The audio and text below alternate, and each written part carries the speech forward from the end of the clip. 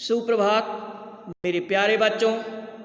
आज मैं आपके समक्ष अपनी एक नई वीडियो के साथ पुनः उपस्थित हुआ हूँ। आपने मेरे पिछले वीडियो में रसखान जी के पिछले सवैये का अध्ययन किया था, जिसमें रसखान जी ने यह बताया था कि एक गोपी भगवान श्री कृष्ण की हर बात को मानने के लिए तैयार थी, उनके रूप को धारण करने के लिए तैयार थी, लेकिन वह अपने होठों पर मुरली को धारण करने के लिए तैयार ना हुई, क्योंकि उसके पीछे एक कारण है।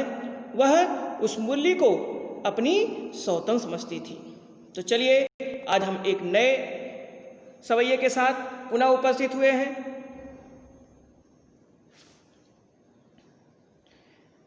कानन दे अंगुरी रहिबो, जब ही मुरली धुनि मंद बजई हैं। मोहनी तानन शोरस खानी, अटा चढ़ी गोधन गई हैं तो गई हैं।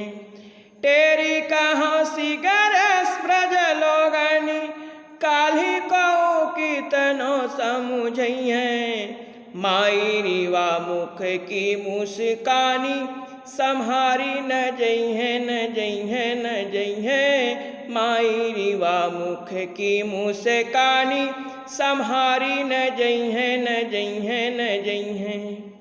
तो इस सवैये के माध्यम से रसखान जी पुनः कहते हैं कि एक गोपी जो भगवान श्री कृष्ण के प्रेम में मदमस्त है, वह अपनी एक सखी से कहती है कि हे सखी, जो लोग कहते हैं कि कृष्ण के पीछे मत जाओ, भला कैसे न जाएं?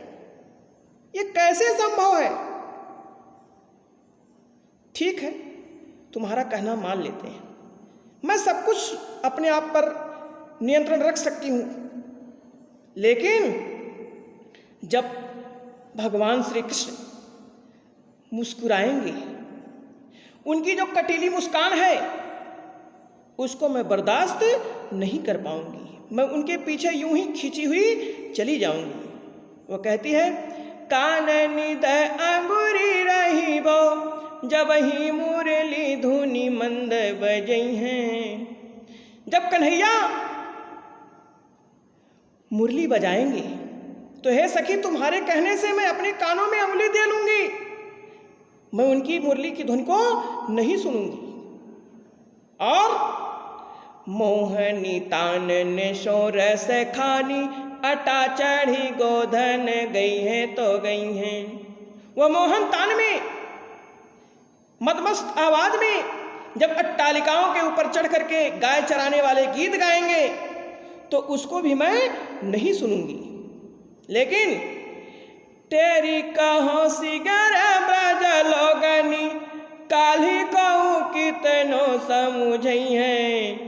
माई रीवा मुख की मुस्कानी, सम्हारी न जई है न जई है न जई है।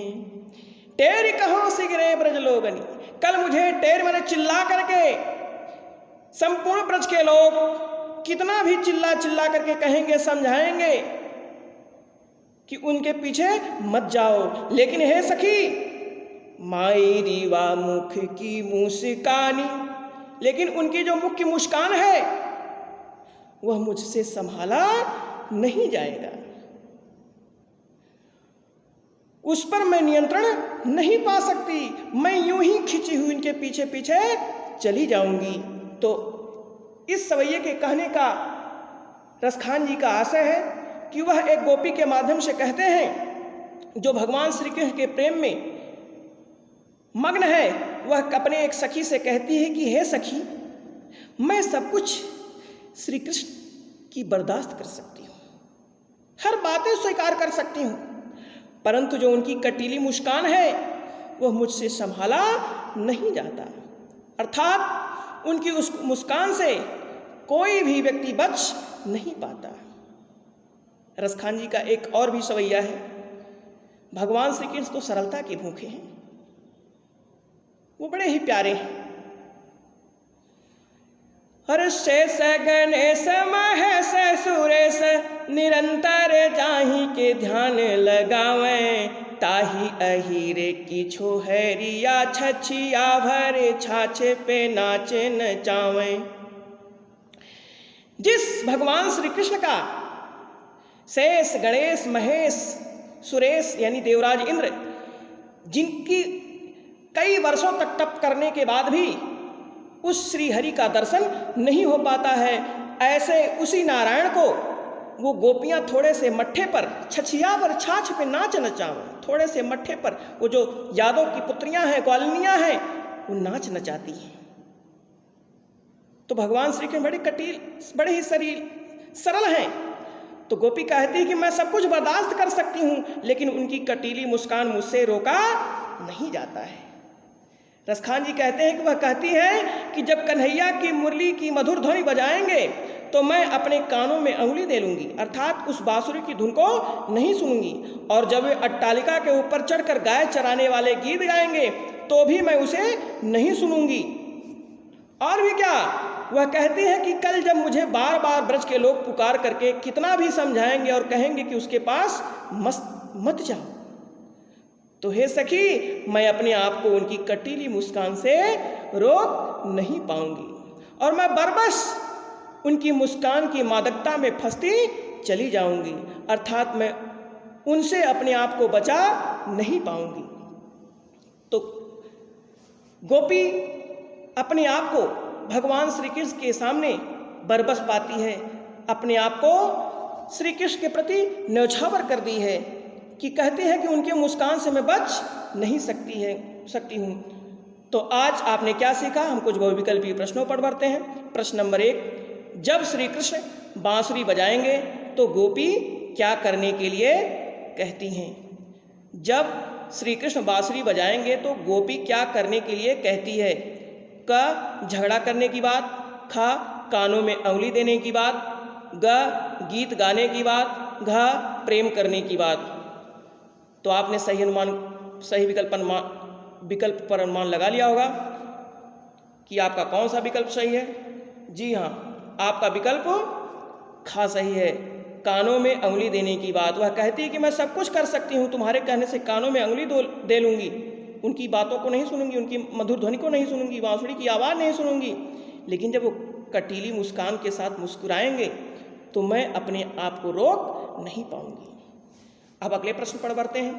प्रश्न नंबर 2, गोपी अपने आप को भगवान श्री कृष्ण की किस चीज से नहीं बचा पाती है?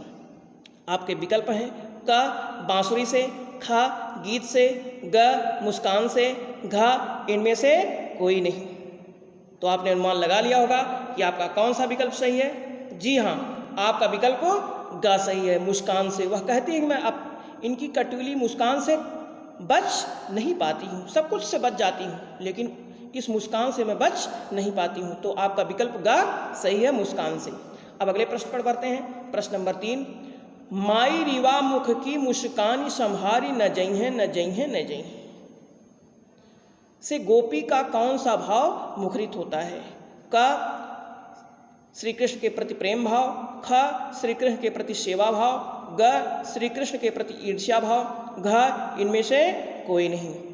तो बच्चों, आपने अनुमान लगा लिया होगा।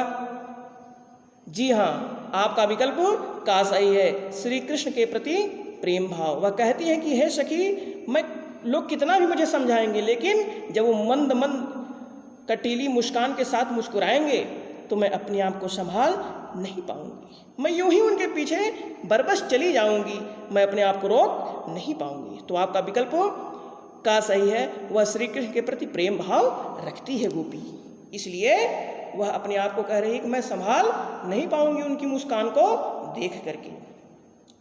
तो चलते हैं कुछ प्रश्न अभ्यास के प्रश्नों पर। निम्नलिखित प्रश्नों के उत्तर दीजिए। प्रश्न नंबर 1, माई रीवा मुख की मुस्कानी संहारी न जइहें न जइहें न जइहें का भाव स्पष्ट कीजिए। प्रश्न नंबर 2, इस सवैये के अनुसार गोपियां अपने आप को विवश क्यों पाती हैं? हम आपसे पुनः अपने एक नए वीडियो के साथ मिलते हैं, तब तक के लिए धन्यवाद।